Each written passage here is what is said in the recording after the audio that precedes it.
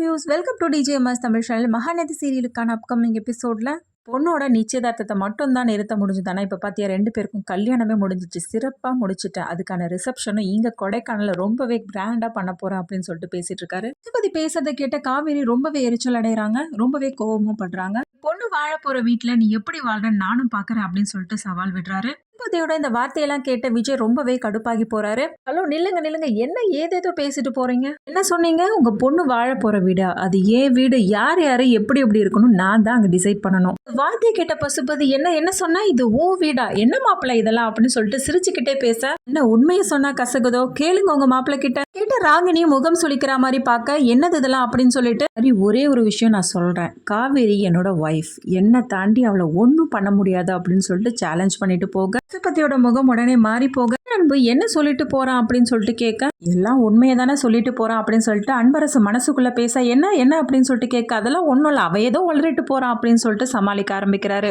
முன்னாடி காவேரி விஜய் 2 பேரையும் வந்து ரிசப்ஷனுக்கு வர சொல்றாரு. அதையும் பார்த்த காவேரி ரொம்பவே கடுப்பாகி போக, விஜய் வந்து சமாதானப்படுத்த முயற்சிக்கிறாங்க காவேரிய.